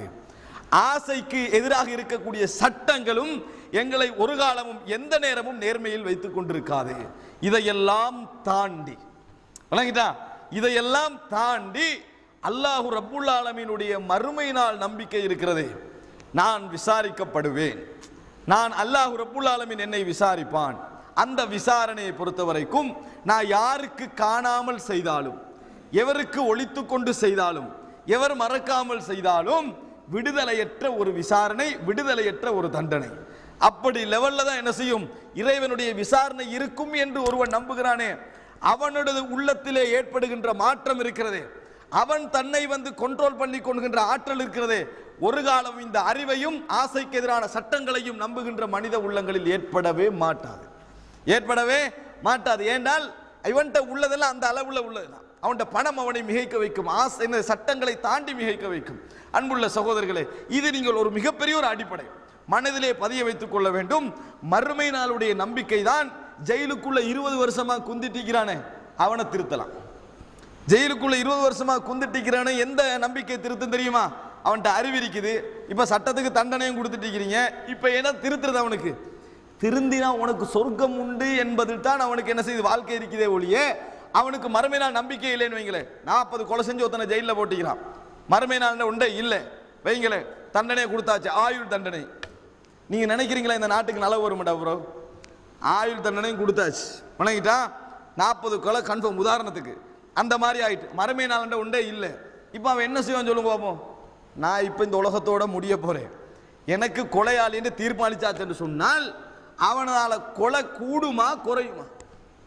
ஒரு காலம் என்ன செய்ய போறதில்லை, கொலை வந்து குறைய போவது கிடையாது. காரணம், மரணத்துக்கு பின்னால் அவனுக்கு ஒரு வாழ்க்கை இல்லை. நான் முழுமையாக அடைபட்டு வாழ வேண்டிய ஒரு குற்றவாளி என்று தீர்மானிச்சாச்சுங்களே, எனக்கு இருக்க போறது 20 வருஷம், நான் சந்தோஷமா இருக்கணும், இதுக்கு போற நான் எழுப்பப்படவும் போறது இல்லை என்கின்ற அந்த எண்ணம் அவனுக்கு எதிராக தூண்டுமே ஒழிய கண்ட்ரோலுக்குள்ள கொண்டு வராது. கண்ட்ரோலுக்குள்ள என்ன செய்யாது? அவனை கொண்டு வர மாட்டாது. என்னதாக இருந்தாலும் ஒரு பணக்காரன் என்ன யோசிப்பான்? அளவுக்கு மிஞ்சிய பணத்தை இறைவன் கொடுத்திருந்தா அவன் என்ன யோசிப்பான் தெரியுமா? நான் எல்லாருக்கும் தர்மம் செஞ்சு வாழ்றதுனால, நான் எல்லாருக்கும் நலவு செஞ்சு வாழ்வதனால மறுமையே இல்லை என்று வைங்க, எனக்கு என்ன பிரயோஜனம்? எதிர்காலத்தில் இப்படி ஒரு தனவந்தர் வாழ்ந்தார், அவர் எப்படியெல்லாம் தர்மம் செய்தார் தெரியுமா என்று புக் எழுதி என்ன பிரயோஜனம்? நான் தான் பார்க்க போறது இல்லையா? அது அந்த புக்கை நான் தான் பார்க்க போறதும் இல்லை, நான் அதை படிக்க போறதும் இல்லை, நான் கபருக்குள்ள மண்ணோட மண்ணா போயிடுவேன், அதுக்கு பிறகு விசாரணையும் இல்லை, ஒன்றும் இல்லைன்னா அந்த புக்கு எனக்கு தேவையில்லைன்ற முடிவுக்கு வருவானா அல்லது தேவையான முடிவுக்கு வருவானா? தேவையில்லைன்ற முடிவுக்கு தான் வருவான். விளங்கிட்டானே? இஸ்லாம் சொல்லுது, குடும்பமும் சொத்தும் அமலும் ஒருவனை தொடரும், சொத்தும் குடும்பமும் திரும்பிரும், அமல் தான் அவனை தொடர்ந்து போகும். மறுமை நம்பிக்கை இல்லாதவனுக்கு என்ன சொல்லுது? குடும்பமும் சொத்தும் அமலும் தொடர்ந்து போகும், மூணும் திரும்பிடும். அப்படித்தானே? மூணு என்ன செஞ்சிடும்? திரும்பிடும். மறுபடியும் அவன் எனக்கு யோசிப்பான், எல்லாம் திரும்ப போகுது, எல்லாத்தையும் அனுபவிச்சுட்டே போக மாட்டேதான் நினைப்பான் அவன். வணங்கிட்டானே? கொலை செய்கிறவன் அதை திருத்த முடியாது, லஞ்சம் எடுக்கிறவன் அதை திருத்த முடியாது. அன்புள்ள சகோதரர்களே, எனவே என்னதான் சட்டங்கள் வைத்தாலும் ஜனாதிபதி எடுக்கின்ற லஞ்சத்துக்கு எந்த நாடு விசாரிக்கும்? என்னதான் சர்வதேச சட்டங்கள் இருந்தாலும் ஒரு ஜனாதிபதி ஒரு நாட்டை வித்துட்டே போறான்னு வைங்களே, எது விசாரிக்கும்? உதாரணமா வைங்க, கடாஃபி. விளங்கிட்டானே? அவர் கொல்லப்பட்ட முறை சரியா, விசாரிச்ச முறை சரி, அதெல்லாம் ரெண்டாவது. நாங்க பெற வேண்டிய படிப்பினை மட்டும். 40 வருஷத்துக்கு மேல ஆட்சி செஞ்சு நான் தான் என்று ஒத்த இருந்தான். விளங்கிட்டான்? அவனை வந்து இந்த 40 வருடத்திற்கு பின்னால அவனுக்கு ஒரு நாள் தண்டனை கிடைக்குது, மக்கள் எல்லாம் கொண்டு போட்டு போறாங்க. இந்த தண்டனையை அவன் என்னதான் நினைச்சிருந்தாலும் அந்த தண்டனை அவன் மனதால நம்ம இப்படி நம்மளுக்கு ஒரு நாள் ஆகும் என்றதை இந்த யுத்தத்து டைம்ல அவன் உணர்ந்திருப்பானா இல்லையா? நாட்டை விட்டு வெளியே போகாம இருந்தான் தானே, அந்த டைம்ல அவன் உணர்ந்திருப்பானா இல்லையா? இவ்வளவு எந்த நாடுடைய சப்போர்ட்டும் இல்லை, தன்னை ஆதிக்கம் செஞ்சு கொண்டிருந்த அந்த நாட்டுடைய சப்போர்ட்டும் இல்லை என்கின்ற நேரத்தில் ஒரு மாசத்துக்கு முன்னால உணர்ந்துதான் இருப்பான், ஒரு கிழமைக்கு முன்னால உணர்ந்துதான் இருப்பான். இருந்தும் கூட அவனுக்கு மனசைய மாற சொல்லல. சொல்லுங்க பாபம், அவனது அந்த அத்தனையும் எப்படி இஸ்லாமிய உலகம் இவன் மதம் மாறியவன் என்று தீர்ப்பு சொன்னதோ, இஸ்லாத்தை விட்டு இந்த கடாபி வெளியேறியவன் என்று தீர்ப்பு சொன்னதோ, அந்த நிலையில் தான் அவன் இருந்தான். வணங்கிட்டானே, மக்காவை புனிதம் என்று மதிக்கவில்லை, குர்ஆனுடைய வசனங்களை கிண்டல் செய்தது, வணங்கிட்டானே, அசர் தொழுகைகளை கிண்டல் செய்தது, சத்தம் போட்டு ஓத வேண்டிய சத்தம் போடாமல் ஓத வேண்டிய தொழுகைகளை சத்தம் போட்டு ஓதினது, கணக்கு இல்லாமல் தொழுகை அதாவது துவம்சம் செய்து குர்ஆனை கிண்டல் செய்து உலமாக்களை கிண்டல் செய்து ஆர்ப்பாட்டம் செஞ்சாங்க தானே. டென்மார்க்கு ரசூலுல்லாஹ்ங்கட அந்த இது வரைஞ்சதுக்கு ஆர்ப்பாட்டம் சரியா பிள்ளையா ரெண்டாவது. ஆனா ஆர்ப்பாட்டத்துக்கு எதிராக ஒரு ஆட்சியாளன் எப்படி இருக்கணும்? ஆட்சியாளனுக்கு எதிராக ஆர்ப்பாட்டம் செய்யல, டென்மார்க்குடைய வரைபடத்துக்கு எதிராக ஆட்சி செஞ்சாங்க, சுட்டு தள்ளினாய்வன். வணங்கிட்டானே, எல்லாரையும் அந்த ஆர்ப்பாட்டத்தில் கலந்து கொண்ட எல்லாரும் சுட்டு தள்ளினா. நாட்டுக்கு நன்மதிப்போட இருந்தா அந்த நாட்டை விற்கல, அது செய்யல, இது செய்யல, அது உண்மை. ஆனாலும் இந்த 40 வருஷமும் அவனை ஒரு மாற்றத்துக்கும் கொண்டு வரல தானே. என்ன காரணம் சொல்லு? சட்டம் இருக்கலையா உலகத்தில்? அவனுக்கு மூளை இருக்கலையா? அறிவு இருக்கலையா? நீங்க சொல்லுங்க பாபம்.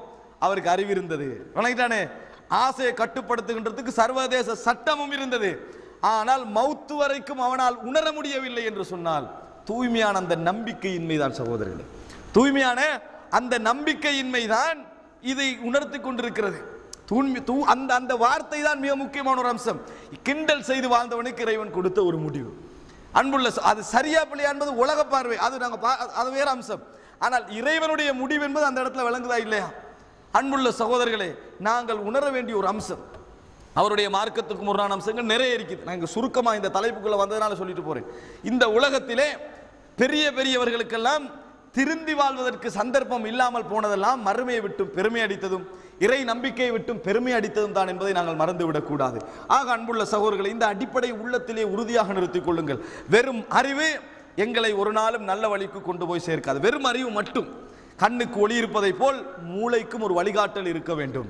அதே போன்று ஆசைகளை கட்டுப்படுத்த சட்டம் இருக்கிறதே, அது மாத்திரம், அது இஸ்லாமிய சட்டங்களாக இருந்தாலும் அது மாத்திரம் ஒரு நாளும் இந்த உலகத்தில் நலவை கொண்டு வந்து சேர்த்து விடாது. மறுமை நம்பிக்கை கலந்திருந்தாலே தவிர. உலகமே ஒரு முடிவுக்கு வருதுன்னு வைங்களேன், என்ன சொல்லுங்க, நாங்க முழுமையா இஸ்லாமிய சட்டத்தை நடைமுறைப்படுத்துவோம் என்று உலகமே செஞ்சாலும் இஸ்லாமிய நம்பிக்கையோட மறுமை நம்பிக்கையோட செஞ்சா ஏற்படுற ரிசல்ட் ஏற்படாது. ஏற்படுகின்ற ரிசல்ட் ஒரு நாளும் ஏற்படாது. மறுமை நம்பிக்கையை பேசிக்கா வச்சு எடுக்கின்ற அந்த முடிவுகள் தான் இந்த உலகத்திலே அதை ஏற்படுத்தும் என்பதை நாங்கள் மறந்துவிடக் கூடாது. ஆக அன்புள்ள சகோதரர்களே, இது ஒரு முன்னுரையாக நீங்கள் இந்த விஷயத்தில் ஒரு அடிப்படையாக நீங்கள் வைத்துக் கொள்ள வேண்டும். அடுத்த கட்டமாக நாங்கள் புரிந்து கொள்ள வேண்டும் என்ன தெரியுமா? இது ஒரு அம்சம். மறுமை நாள் என்பது நடந்தே ஆக வேண்டும் என்று நினைக்கின்ற அளவில் சில விஷயங்களை நான் உங்களுக்கு சொல்லி காட்டுகிறேன். அன்புள்ள சகோதரர்களே, இல்லை என்றால் இந்த உலக வாழ்க்கை ஒரு விரக்தியில் தான் போகும். இல்லை என்று சொன்னால் இந்த ஒரு ஆறுதல், ஒரு நல்ல உணர்வோடு வாழுகின்ற எந்த மனிதனுக்கும் அது உள்ளத்திலே ஒரு பெரிய கவலையை ஏற்படுத்தும். அண்மையில் போன ஒரு சம்பவம், அதாவது தொலைக்காட்சி எல்லாம் காட்டினாங்க. ஒரு அநாத புள்ளை வணங்கிட்டா, ஒரு அநாத புள்ளை எடுத்து போலீஸில் வளர்த்துட்டு வராங்க. போலீஸில் வளர்த்துட்டு வந்து எல்லாம் பார்த்துப்பீங்கன்னு நினைக்கிறேன். வளர்த்துட்டு ஒரு பெண் பிள்ளையை வளர்த்துட்டு வந்து அதுக்கேற்ற மாதிரி ஒரு வயசை அடைஞ்ச உடனேயே அது அப்போ அந்த அநாத பிள்ளை வீட்டில் ஒரு ரோட்டில் ஒரு அநாத பிள்ளையை கண்டான அர்த்தம் என்ன சொல்லுங்க பாபம்? தாய் தந்தையர்களால் தூக்கி எறியப்பட்ட பிள்ளை தானே.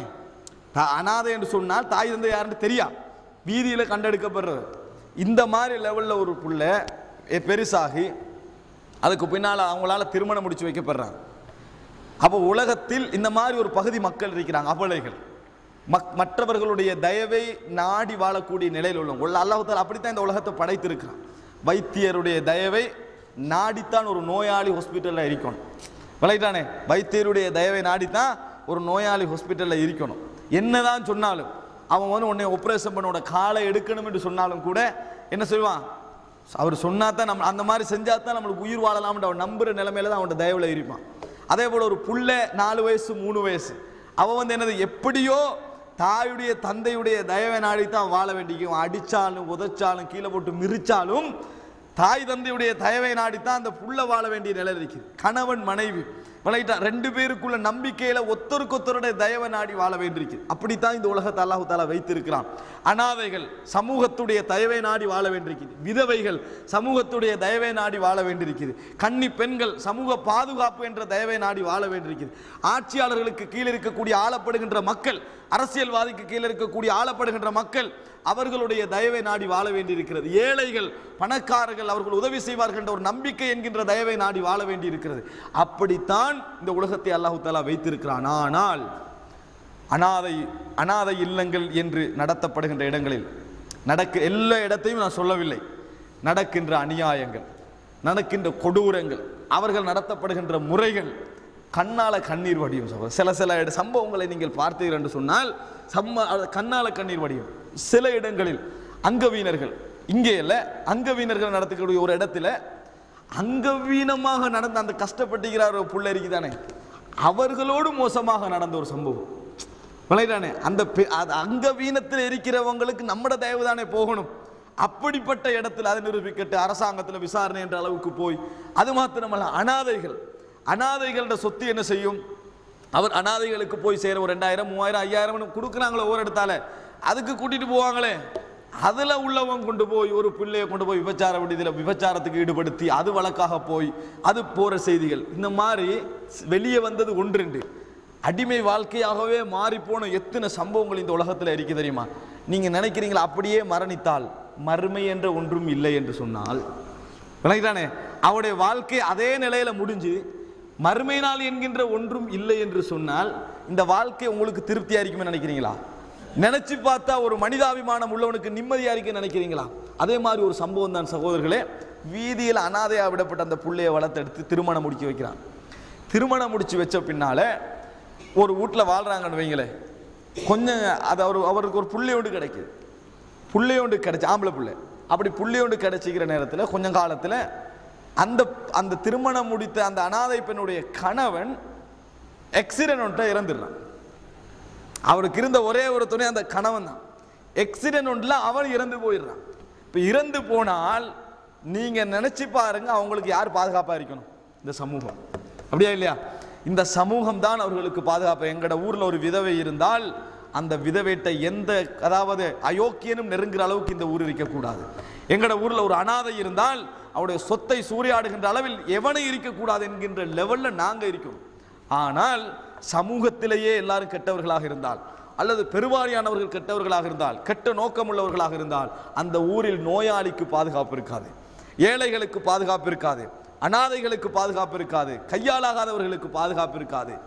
கண்ணீர் வடிப்பதை தவிர மறுமையும் இல்லை என்றால், மறுமையும் இல்லை என்று சொன்னால் நீங்க நினைச்சு பாருங்க என்ன தீர்வு சொல்லலாம். அந்த மக்களுக்கு நீங்க என்ன தீர்வை சொல்ல போகிறீர்கள்? இந்த பெண்ணுடைய கணவன் இறந்த பின்னால் அந்த வீட்டில் ஒவ்வொரு நாளும் கதவு சத்தம் இரவு நேரத்தில். ஏன்? அவளை தவறாக பயன்படுத்துவதற்கு. ஒரு குழந்தையோடு அந்த பெண் நிற்கிறான், ஒரு பிள்ளையோடு, பாதுகாப்பு இல்லை, நானா இல்லை, தம்பி இல்லை, உம்மா இல்லை, வாப்பா இல்லை, எந்த விதமான செக்யூரிட்டி அந்த பெண்ணுக்கு இல்லை. ஒரு பௌத்த பெண்ணாக இருந்தாலும் அது வரலாறு நம்ம யோசிக்க வேண்டிய விஷயமா இல்லையா? எந்த விதமான இதுவும் இல்லை. டெய்லி இப்படி ஒரு நாள்ல திடீர்னு போலீஸால போய் செக் பண்ணி ஒரு நாள் பார்த்தா அந்த பெண் கற்பழித்து கொல்லப்பட்டுகிறான், கத்தியால குத்தி கொண்டிருக்கிறான். கொண்டா புள்ள மட்டும் இருக்குது அந்த வீட்டில். நினைச்சு பாருங்க, இது மறுமை நாள் ஒன்று இல்லை என்று சொன்னால் இந்த மாதிரியான விஷயத்துக்கு எந்த நீதிமன்றம் தீர்ப்பு சொல்ல நினைச்சு பாருங்க. இந்த உலகத்தில் எந்த நீதிமன்றங்கள் தீர்ப்பு சொல்ல முடியும்? இந்த யார் குற்றவாளி? இதுல யார் குற்றவாளி? அந்த பெண்ணுக்கு பின்னர் என்ன ஒரு அந்த யௌமுல் கியாமா என்கின்ற மறுமை நாள், யௌம யகூமுன் நாஸு லிரப்பில் ஆலமீன், உலகத்தோர் அனைவரும் எழும்பி நிற்கின்ற அந்த மறுமை நாள் இருக்கிறதே, அந்த ஒரு நாள் என்கின்ற ஒரு பகுதி இல்லை என்று சொன்னால் இவர்களுக்கெல்லாம் ஒரு தீர்வு இருக்குமா? அப்படிப்பட்டவனை எதுவும் கண்ட்ரோல் படுத்துமா நினைக்கிறீங்களா நீங்க? அன்புள்ள சகோதரர்களை, போலீஸால போய் கடைசியில் அந்த புள்ளைய ஜீப்ல ஏத்திக்கிட்டு போறாங்க. அந்த புள்ளைக்கு என்ன தெரியும், இப்படி கையை காட்டிக்கிட்டு போகுது. மறுபடியும் அந்த புள்ள அனாதை தான், மறுபடியும் அந்த பிள்ளை அனாதை. இப்படி ஒரு இது நடக்குது இந்த உலகத்தில். அல்லாஹ் ஒருவருக்கு சோதனையாக இந்த உலகத்தில் வச்சிருக்கிறான்.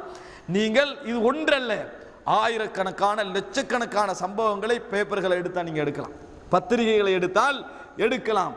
மனைவியை நம்பி, கணவனை நம்பி வாழ்ந்த மனைவியை இரவோடு இரவாக வெட்டி கொண்ட கணவர்கள், ரெண்டு பேர் கணவன் மனைவி நம்பி தூங்குறாங்கடா என்ன அர்த்தம் சொல்லுங்க பாப்போம். இவன் எனக்கு பாதுகாப்பா இருப்பான்றது தானே. இரவு நேரத்தில் எழும்பி வெட்டி கொண்டான்னு சொன்னால் இந்த மாதிரி நபர்களுக்கு இந்த எந்த நீதிமன்றம் ஒழுங்கான இவனுக்கு மரண தண்டனை போடலாமே ஒழிய அவருடைய வாழ்க்கைக்கு என்ன விடுவிரிக்கும்? நினைச்சு பாருங்க பாப்போம். அன்புள்ள சகோதரர்களே, இப்படி ஆயிரக்கணக்கான சம்பவங்கள் உலகத்திலே நடக்கின்றன. பார்த்தா மனசு உருகும், வேதனையாயிருக்கும். இவர்களுக்கெல்லாம் யார்? அன்புள்ள சகோதரர்களே, இதற்கு தெளிவாக தீர்வு சொல்லுகின்ற ஒரே மார்க்கம் இந்த இஸ்லாம் மட்டும்தான். மறுமை நாளை நம்பிக்கையை மறுஜன்ம பிறப்பை போதித்த எந்த மதங்களாக இருந்தாலும் எந்த கொள்கையா இருந்தாலும் இஸ்லாம் சொன்னது போன்று ஏழைகளுக்கும் அபலைகளுக்கும் நோயாளிகளுக்கும் இன்னும் உள்ள கையாலாகாத நிலையில் வாழுகின்றவர்களுக்கும் தீர்வு சொன்ன ஒரு மார்க்கம் இஸ்லாத்தை தவிர இஸ்லாம் சொன்னது போன்று வேறு எதுவும் சொல்லவில்லை.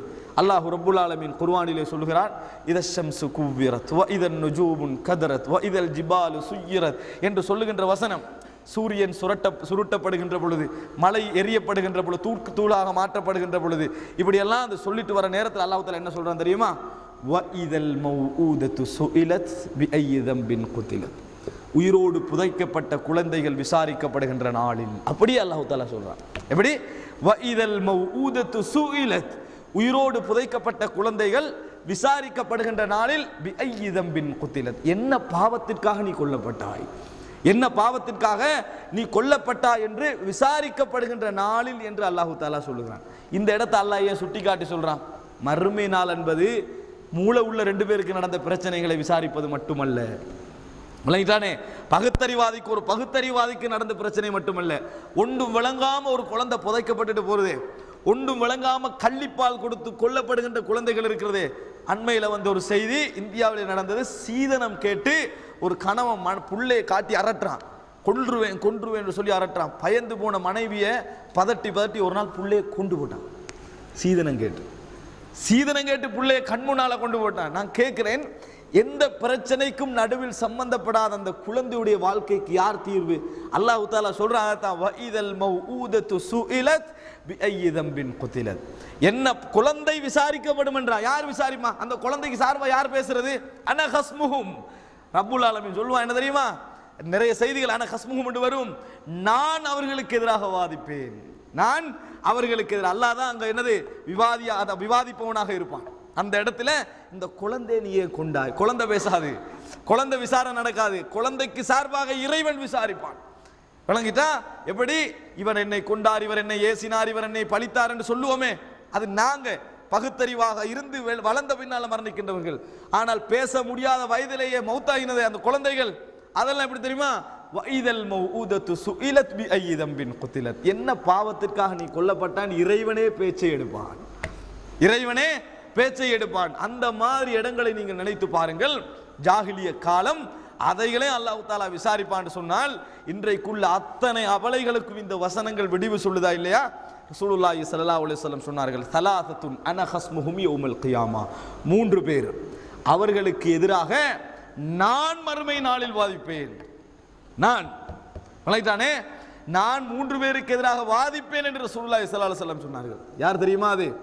ரசூலுல்லாஹி ஸல்லல்லாஹு அலைஹி வஸல்லம் சொல்றார், ரஜுலுன் அதாபி சும்ம கதர், ஏண்ட பேரை சொல்லி வாக்களிச்சுட்டு மோசடி செஞ்சானே அவன்.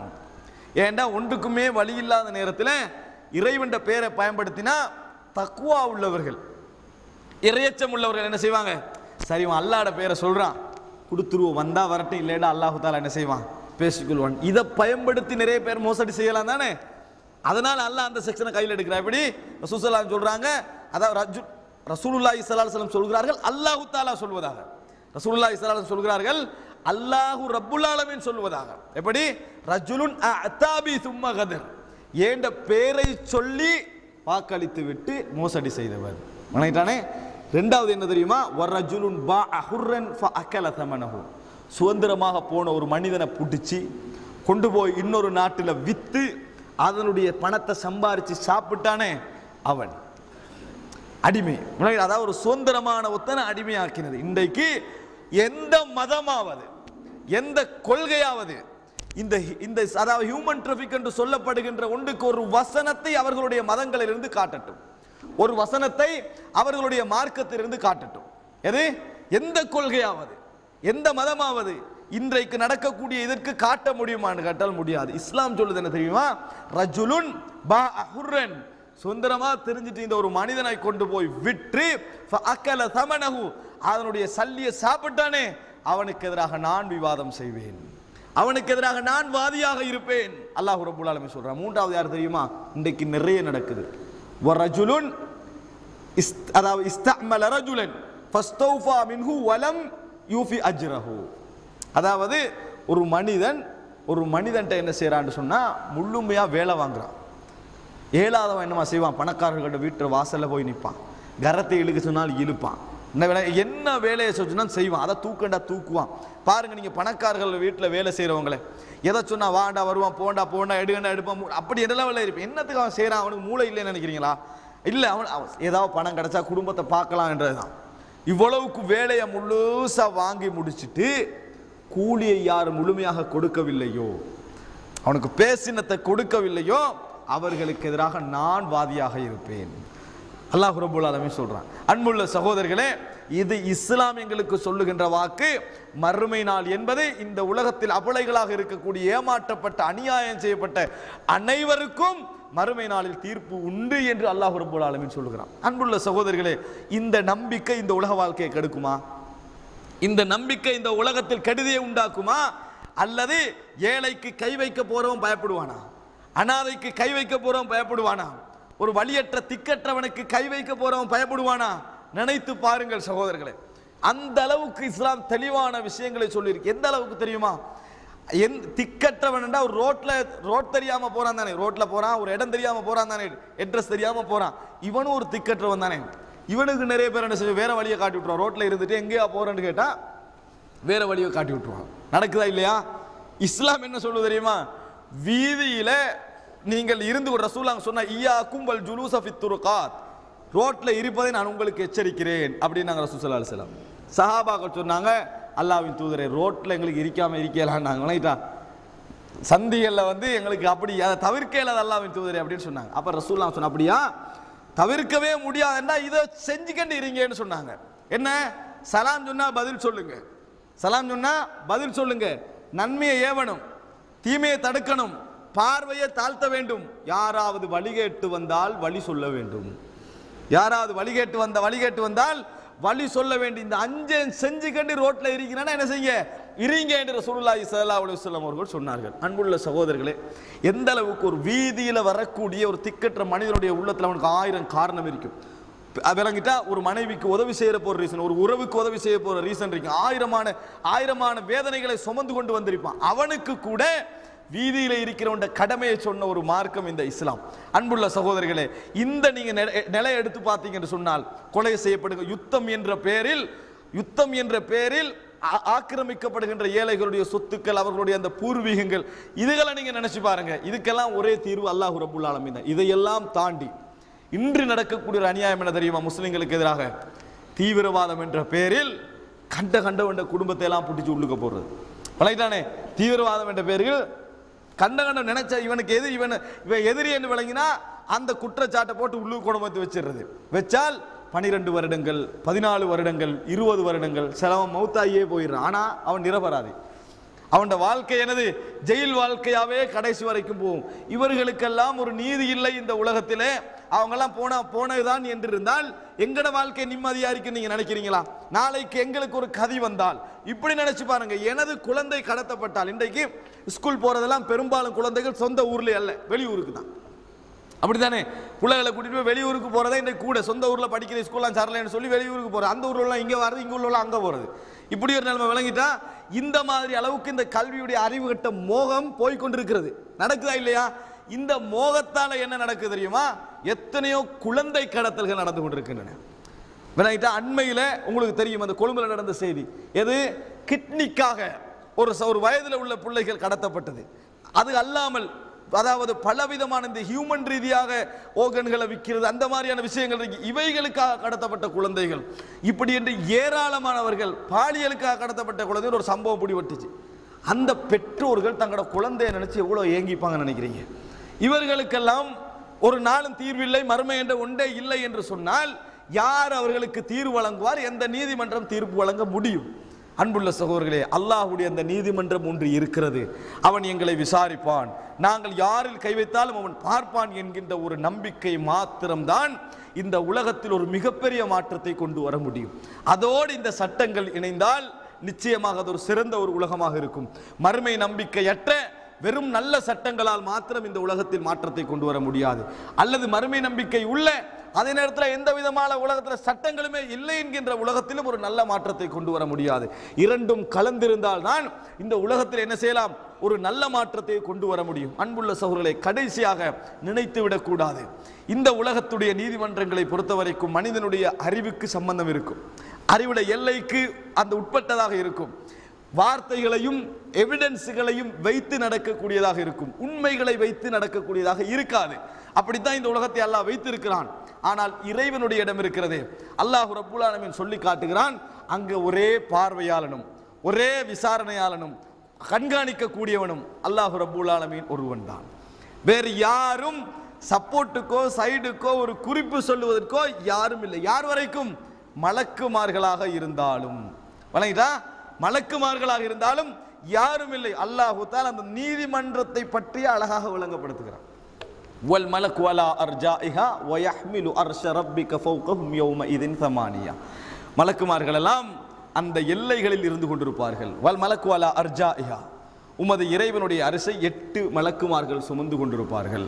வணங்கிட்டா, அந்த இடத்துல அல்லாஹ் தஆலா சொல்றா, எந்த விலா தரா ஃபீஹா இவஜம் வலா அம்தா, மேடையும் காண மாட்டீங்க, வளைவுகளையும் காண மாட்டீர்கள், ஒரு பெரிய தரைப்பகுதியை தான் நீங்கள் காணுவீர்கள். அந்த மாதிரி இடம் தான். மக்கள் எல்லாம் அலைஞ்சி ஓடிக்கொண்டிருப்பாங்க.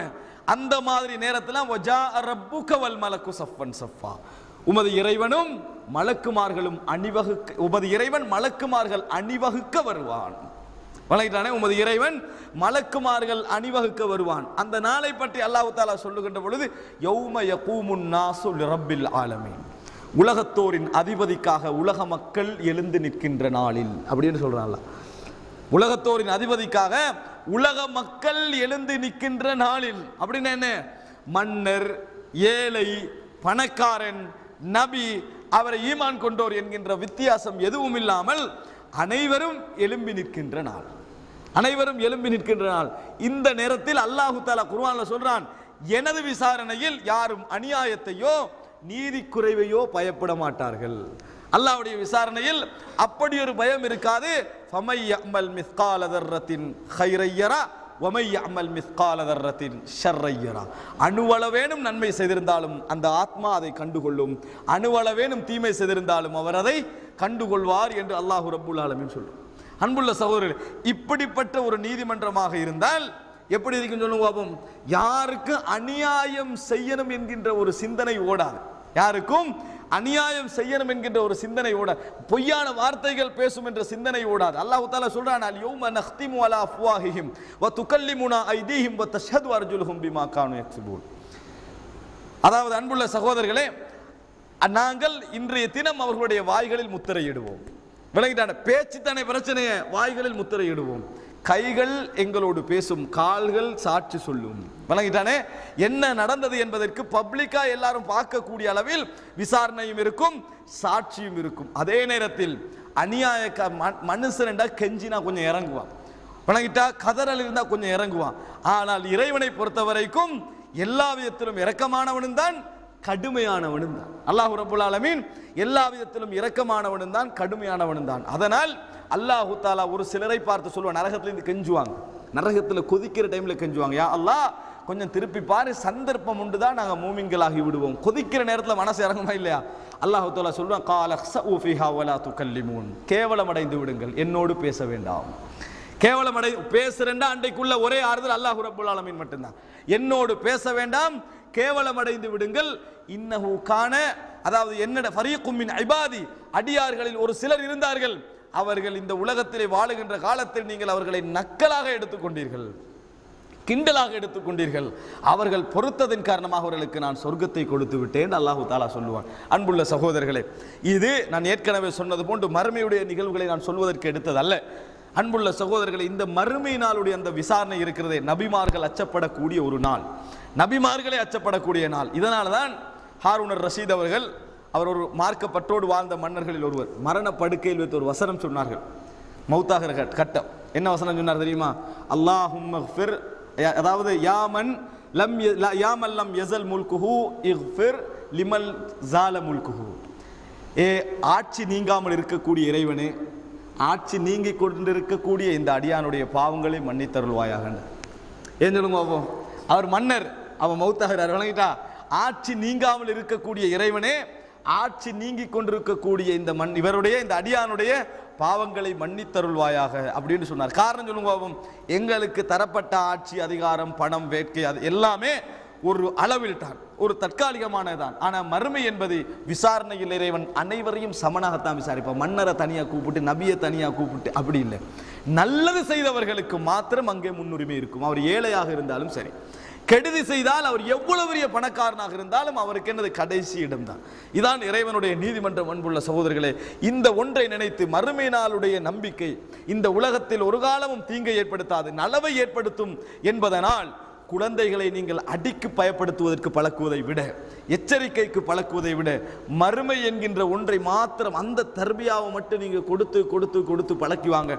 உங்களுக்கு முரம்பட்டு தப்பணும்னு நினைக்காது. இறைவன் என்கின்ற அந்த நம்பிக்கையில் அந்த குழந்தை என்ன செய்யும்? வளரும். அப்படிப்பட்ட ஒரு நல்ல ஒரு நிம்மதியான நம்பிக்கை கொண்ட வாழ்க்கை அல்லாஹ் ரப்புல் ஆலமீன் எனக்கும் உங்களுக்கும் தந்தருள் பாலிப்பானாக. ஹாதா மா இந்தி வல் இல்மு இந்தல்லாஹ் வ அகூலு கௌலி ஹாதா வ அஸ்தக்ஃபிருல்லாஹ் லி வ லக்கும். சுப்ஹானக அல்லாஹும்ம வ பிஹம்திக அஷ்ஹது அன் லா இலாஹா இல்லா அன்த அஸ்தக்ஃபிருக வ அத்தூபு இலைக்.